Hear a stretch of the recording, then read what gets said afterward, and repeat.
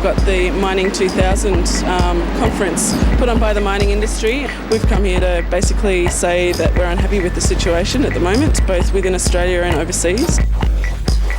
Well, international mining companies are probably one of the starkest examples of the impacts of globalisation. The companies move to places that have the lowest environmental regulation. They move to places that have limited or no rights for workers or Indigenous communities.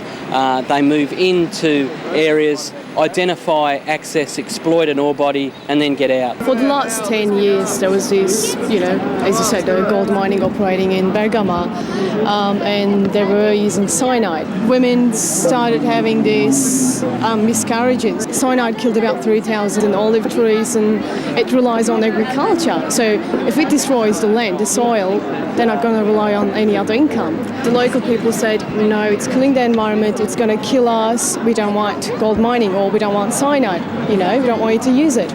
And they went through the Turkish court and the Turkish High Court said, no, Eurogold won't be able to operate in Bergamo. And the mining is still going ahead because of this, the fortification law recently passed through the Turkish parliament. For the public to be able to fight against, you have to go to the country which owns the company and you have to fight over it in their courts, which is very unrealistic. Like in this case, the people from Bergamo will come all the way down to Australia and fight for their rights. It's just absolutely ridiculous. We're here to know the Australian public. This is what the Australian companies are doing overseas, so please do support us. No cyanide mining! No cyanide mining! Australian companies are getting a reputation, and a deserved reputation, as an ugly industry and as corporate thugs.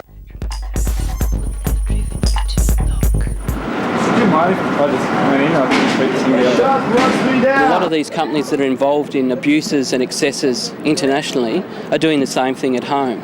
And a clear example is Western Mining Corporation, WMC. They've caused enormous environmental and social problems and dislocation in the Philippines, and they've also done the same here in Australia. They own and operate the Roxby Downs mine in South Australia.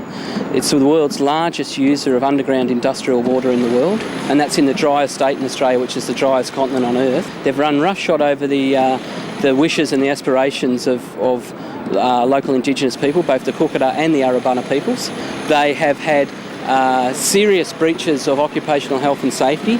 There's been fires at the plant, there's been leakages of tailings from the tailings dam, there's been this whole range of problems, and it's very important that groups continue to show support with those Aboriginal people and those organisations that are continuing to fight the direct and the daily impacts of companies like WMC.